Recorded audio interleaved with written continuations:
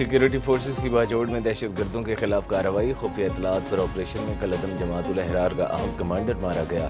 Commander Khan فروش عرف زابل سمیت 4 دہشت گرد ہلاک ہوئے۔ پکتیا، پکتیکا اور کنڑ میں دہشت گردوں کے 3 ٹھکانوں کو نشانہ بنایا گیا۔ مزید 25 دہشت گرد مارے گئے۔ وزیر اطلاعات عطا تارڑ نے کہا، سرحدی علاقوں میں دہشت گردوں کے ٹھکانے، اسلحہ اور گولہ بارود کے ذخیرے تباہ کر دیے۔ حالیہ دہشت گرد حملوں کے بعد یہ بڑی کارروائی کی گئی۔ کارروائی خیبر پختونخوا، بلوچستان اور کراچی حملوں کا جواب ہے۔ آپریشن غصب للحق کے تحت کارروائیاں جاری ہیں۔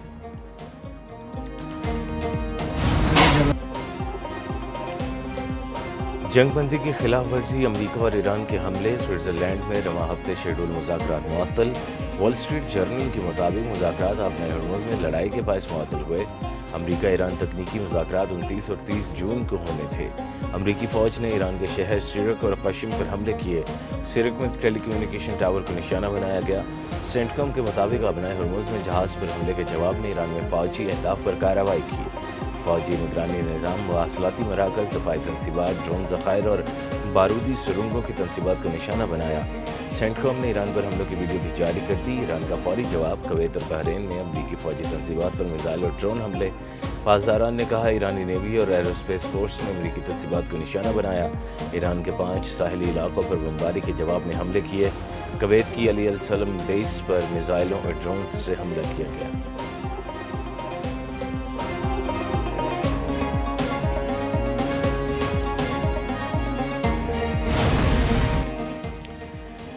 امریکہ اور ایران کا ایک دوسرے پر حملے روکنے پر اتفاق۔ امریکی اور ایرانی حکام کی منگل کو دوحہ میں اہم ملاقات ہوگی۔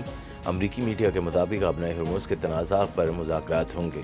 امریکی اور ایرانی فوج کے درمیان ہاٹ لائن تاحال فعال نہیں۔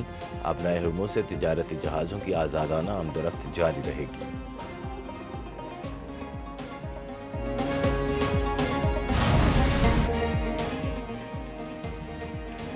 ایران خطے کو امریکی فوج جیٹوں کے لیے جہنم بنا دے گا۔ ایرانی پاسداران نے انقلاب کی دھمکی، کہا ایران پر امریکی حملہ اسلام آباد مفاہمتی یادداشت کا منافی ہے۔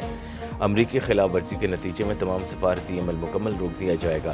امریکی اقدامات سے خطے میں ایرانی کنٹرول کو ختم نہیں کیا جا سکتا۔ امریکہ کی کویت اور بحرین میں اپنے فوجی جیٹوں پر ایرانی حملوں کی تصدیق۔ امریکی عہدیدار نے کہا، امریکی ہڈوں پر حملے میں تاحال جانب یا بڑے مالی نقصان کی اطلاع نہیں ملی۔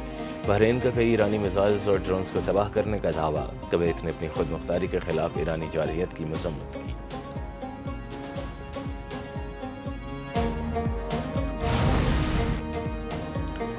جنگ بندی کی خلاف ورزی پر ایران کے خلاف کارروائی کی۔ امریکی طیاروں نے ایران کی میزائل اور ڈرون تنصیبات کو نشانہ بنایا۔ امریکی صدر ڈونلڈ ٹرمپ کہتے ہیں، ایرانی میزائلز کے ذخائر اور ساحلی ریڈار سائٹس پر حملے کیے گئے۔ صدر ٹرمپ نے ایران کو مزید سخت فوجی کارروائی کی وارننگ بھی دے دی۔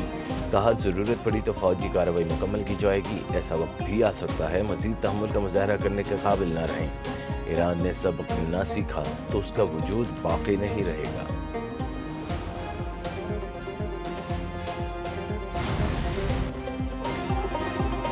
ایران نے خلیج کے لیے نئے علاقائی سیکورٹی فریم ورک کی تجویز دے دی۔ ایرانی وزیر خارجہ عباس عراقچی کی عراقی ہم منصب فواد حسین کے ساتھ پریس کانفرنس۔ عباس عراقچی نے کہا، خلیج کی سلامتی خطے کے ملکوں کو بیرونی طاقتوں کے بغیر یقینی بنانی چاہیے۔ آبنائے ہرمز پر ایران کا مکمل کنٹرول ہے۔ آبنائے ہرمز کی بندش نے عراق کی معاشی صورتحال کو متاثر کیا۔ جنگ کے دوران عراق کو کئی حملوں کا سامنا کرنا پڑا۔ عراقی وزیر خارجہ نے کہا، ایران اور امریکہ کے درمیان مفاہمتی یادداشت ایک اچھا اقدام ہے۔ آبنائے ہرمز کا کھلا رہنا پورے خطے کے لیے اہم ہے۔ عراق ہر ملک کے خلاف جنگ اور جارحیت کو مسترد کرتا ہے۔ عراق کو شدید تیل بحران کا سامنا ہے۔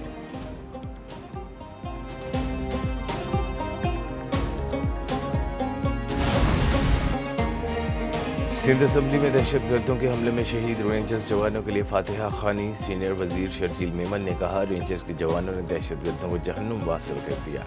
پیپلز پارٹی کی خاتون رکن سائمہ آغا کی جانب سے رینجرز کے شہید جوانوں کو خراج عقیدت۔ سعدیہ جاوید نے کہا، رینجرز کے جوانوں نے پاکستان کی حفاظت کی خاطر جانوں کا نذرانہ دیا۔